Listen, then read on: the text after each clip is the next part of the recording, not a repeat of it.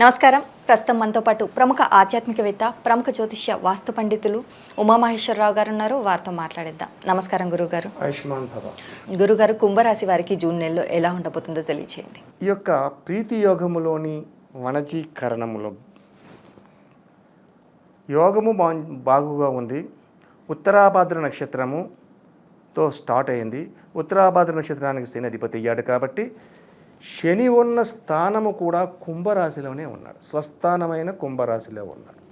అయితే ఈ యొక్క గ్రహములు దృష్టి ఏదైనా ఉన్నదా? లేదు. ఎంతైనా మిత్రగ్రహములు అయిన బుధ శుక్రుడు స్వస్థానంలో ఉన్నాడు, బుధుడు అక్కడే ఉన్నాడు, మిత్రస్థానంలో ఉన్నాడు.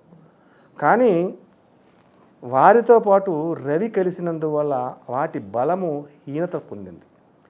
బలహీనత, మిత్రులు ఎప్పుడైతే బలహీనత పొందుతారో మనకు ఉన్న వాళ్ళకు కూడా వీడికి కూడా కొంచెం బలహీనత అనేది ఏర్పడుతుంది.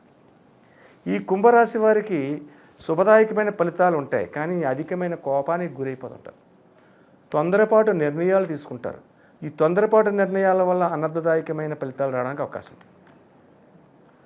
కుటుంబముల యందు వ్యక్తులతోటి, కుటుంబము యందు బయట వారితో కాదు, కుటుంబముల యందు వ్యక్తులతోటి తరచుగా గొడవలు పడుతుంటారు. గొడవలు పడి వారి చేత కొన్ని మాటలు అనిపించుకోవడం అనేది జరుగుతూ ఉంటుంది.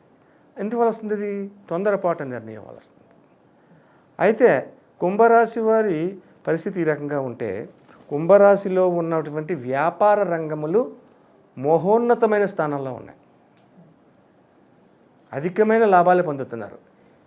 ఏ వ్యాపారాలు పొందుతున్నాయి? అత్యధికమైన లాభాలు ఇనుము, సిమెంట్, అలాగే ఆయిల్స్, పెట్రోల్ అండ్ డీజిల్, వంట నూనెలు,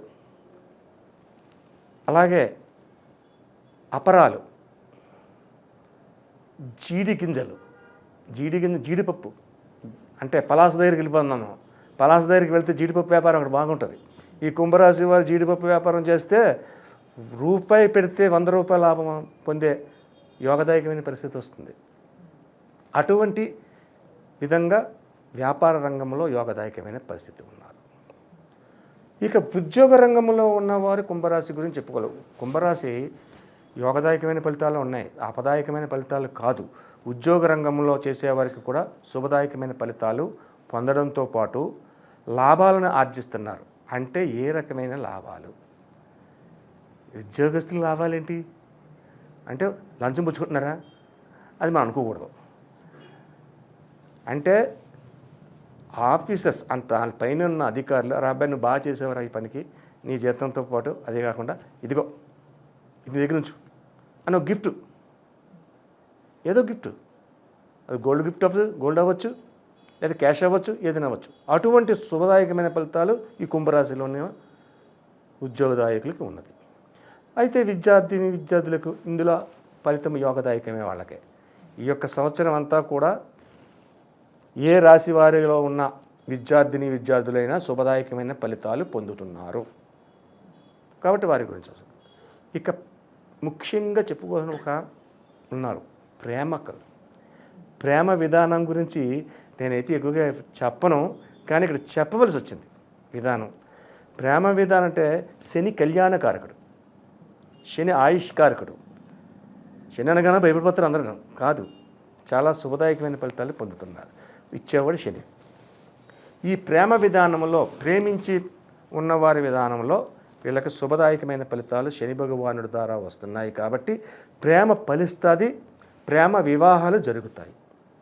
అలాగన్నాను కదా అని చెప్పేసి పెద్దలు చెప్పకుండా మీ స్వనిర్ణయం తీసుకుని మీ యొక్క సొంత నిర్ణయంతో వివాహాలు చేసుకోకండి. అదైనా సరే పెద్దలు చెప్పాలి. పెద్దవారి ఆశీస్సులు ముఖ్యం. అటువంటి శుభదాయకమైన ఫలితాలు పొందుతున్నారు. అలాగే ప్రతి విషయంలోని కూడా ముందంజకి వేయడానికే ప్రయత్నం చేస్తున్నారు వీళ్ళు, వెనకడుగు వేయట్లేదు. ఎదరికి వెళ్దాం, సాధిద్దాం, శోధిద్దాం, తెలుసుకుందాం అనే విధానంగా వెళ్ళి అది సాధించి విజయాన్ని ఈ కుంభరాశి వారు పొందుతున్నారు. అయితే మొదటి 10 దినములు 1వ తారీఖు ఉత్తరాభాద్ర నక్షత్రముతో స్టార్ట్ అయింది కాబట్టి, శని నక్షత్రంతో స్టార్ట్ అయింది కాబట్టి మొదటి 10 రోజులు కూడా తొత్తురుపాటు నిర్ణయాలు తీసుకోకండి, తొందరపాటు నిర్ణయాలు తీసుకోకండి, ఆచితూచి మాట్లాడండి, వ్యవహార శైలి యందు దృష్టి పెట్టండి. తదుపరి 10వ తారీఖు నుంచి 30వ తారీఖు వరకు కూడా శుభదాయకమైన ఫలితాలని ఆశించకపోయినా మీకు వచ్చేది అదే. శుభ ఫలితాలు మాత్రమే సంప్రాప్తమవుతున్నాయి. కాబట్టి చిన్న చిన్న విషయాల దగ్గర కూడా ఎక్కువగా తొందరపడకుండా విజ్ఞతతో ఆలోచనతోటి ఎదురుకి వెళ్ళాలి. రాజకీయ నాయకులకు ఎలా ఉంది? రాజకీయ నాయకులు ఈ యొక్క కుంభరాశిలో ఉన్న వారికి స్పష్టత కలిగిన మాటల కన్నా, రాజకీయ నాయకుల గురించి చెప్పండి భయపడుతున్నాను నేను. ఎందుకంటే అబద్ధాలు ఎక్కువ చెప్తారు వీళ్ళు. రాజకీయ నాయకులు అబద్ధాలు ఎక్కువ చెప్తారు. చెప్పిన మాటని 100% నెరవేర్చేస్తున్నాము, మేము మా యొక్క పాలనలో ఇలా జరిగింది, మేము ఇన్ని అభివృద్ధి కార్యక్రమాలు చేస్తాం, మేము అది చేసేసాం అని చెప్పేస్తారు. కానీ ఏది చెయ్యరు వీళ్ళు. ఈ రాజకీయంలో ఉన్నవారికి మాటలతోటి గారెడు చేస్తున్నారు, కానీ అది ప్రజల దశలోకి వెళ్ళిన తర్వాత ఇబ్బందికరమైన స్థితులు కుంభరాశి వారు మొదటి 10 రోజులు పొందుతారు. 1వ తారీఖు నుంచి 10వ తారీఖు వరకు కూడా రాజకీయ నాయకులు చెప్పే మాటలకు విలువలు ఉండవు, ఎక్కడా కూడా లాభించరు.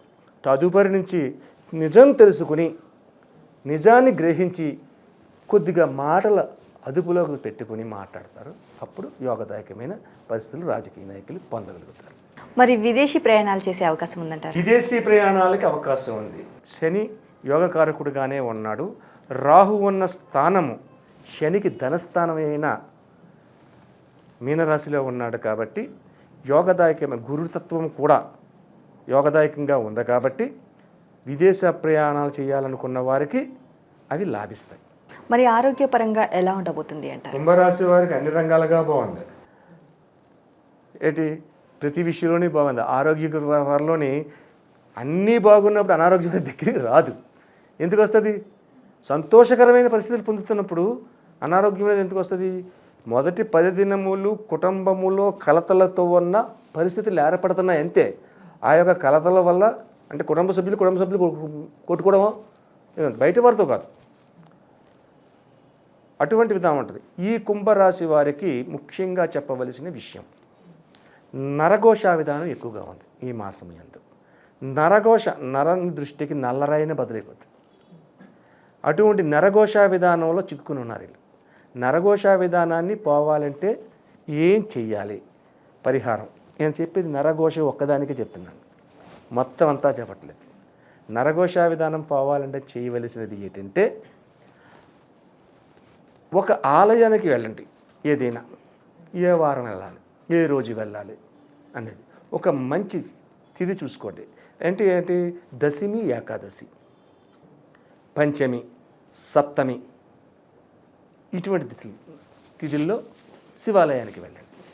శివాలయంలో శివుడిని దర్శనం చేసుకోండి. సాయం సంధ్యా సమయం, ఉదయకాలం కాదు, సాయం సంధ్యా సమయంలో వెళ్ళండి, శివుని దర్శనం చేసుకోండి. అక్కడ శుభ్రంగా ఒక అష్టదళ పద్మం పెద్దదిగా వేయండి, పిండితోటి శుభ్రం చేసి. అష్టదళ పద్మంలో 8 రేకులు వస్తాయి. అష్టదిక్కులు వచ్చాయి. అష్టదిక్కులకి ఒక్కొక్క ప్రమిద పెట్టండి.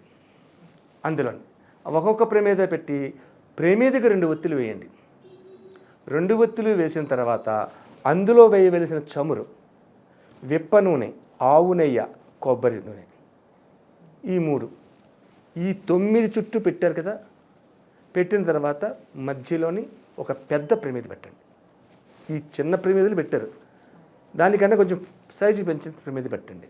అందులోని ఒక పువ్వొత్తి వేయండి, మధ్యలో పైకి వస్తుంది. చుట్టూ 5 ఒత్తులు వేయండి. అక్కడికి ఎన్ని ఒత్తులు? 8 రెళ్ళు 16, 6 22. 22 కలిపితే 4. సంఖ్య ఎవరిది? రాహుది.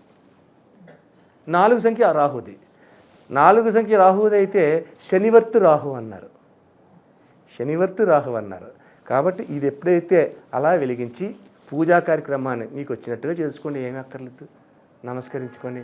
నరఘోష 9 దిక్కుల నుంచి వస్తున్న, అష్టదిక్కుల నుంచి వస్తున్న దోష పరిహారానికి చేయాలి.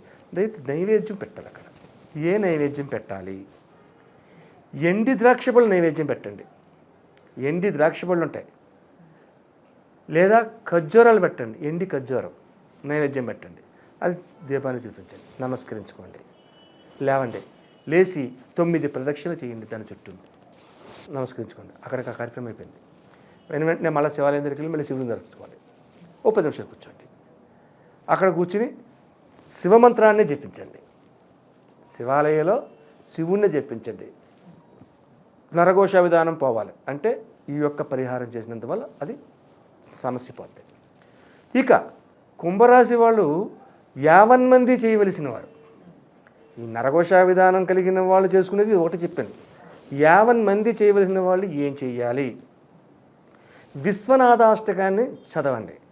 విశ్వనాథాష్టకాన్ని చదివి శివాలయంలోని మీకు వచ్చినట్టుగా అభిషేకాన్ని చేపించి సోమవారం నాడు చేతనైనంత మట్టికి అన్నదానాన్ని చెయ్యండి.